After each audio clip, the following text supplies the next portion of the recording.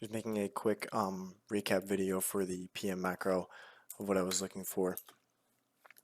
So we had this run up here at 2 p.m. going into the buy side liquidity, running up for this 4222 level.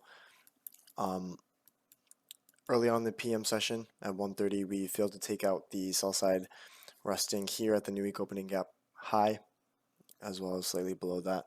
So going to the PM macro, I was expecting sell side to be taken, even though we had the external range liquidity resting above here. So going into 315, I'll go into replay mode here. So I was looking for the low here at 4204, and then we also had the stacked lows at 4203 that I was looking for. To accelerate this forward, going in right before the PM macro starts at 315, we had this market structure shift, bearish, as well as a 1 minute fair value gap right here. So I was watching that. They gave me a bias that confirmed we were possibly heading lower for the sell stops there. We started trading into it, and that was the start of the PM macro. And then I think I took a stab short here with the stop above the high.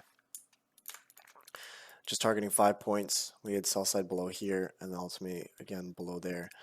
We started tapping into it. We had this 1 minute buy side imbalance, sell side inefficiency that was going to give some resistance before we headed lower. So I was watching to see how we reacted off of that.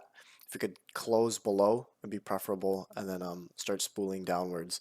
So we did respect it originally. We closed below and then took out the short-term sell side. So that overall was a good sign to me. And then going back into 330, tapped into it. And if you can see, we came down, respected it, traded through, and now we're tapping it again. So I wanted to see this used as an inversion where this would resist prices. Resisted prices, got a little bit lower. Then we traded back up into it, and we did close back above. So I was watching to see if this was now going to be the support and we wanted to head higher. And this was the determining factor as to if I wanted to close the rest of my shorts or let them sit out and run all the way to the sell side.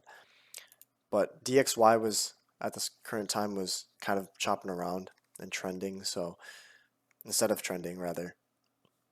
So it was kind of low probability. I could argue both sides. So I wasn't super keen holding onto the shorts, especially after we closed above. But we started getting displacement lower.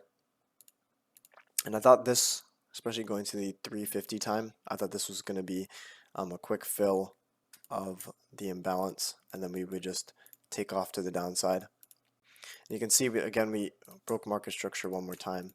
So that was extremely bearish in my opinion, where I thought we were going to at least go for 4204 and possibly down here at 4196.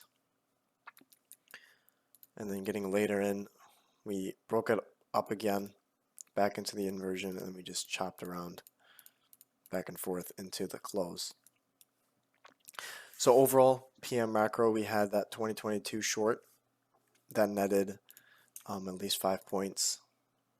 You can see right there, it was past the 5-point mark. So in terms of absolute minimum, it did provide the absolute minimum, but not to the intended draw that I was looking for. Overall, going to next week, I want to see at least the daily, go to the daily really quick. This daily level here at the February 2nd high. The swing high I want to see possibly taken out going into next week. But we also have to watch the debt ceiling. I think is that supposed to be determined by May 31st. So be on the lookout for that, as well as the seasonal tendencies that we had lower. Go over to the daily chart again, just so it's a little bit clearer. This is what I'm looking for. If we fail to take out this swing high,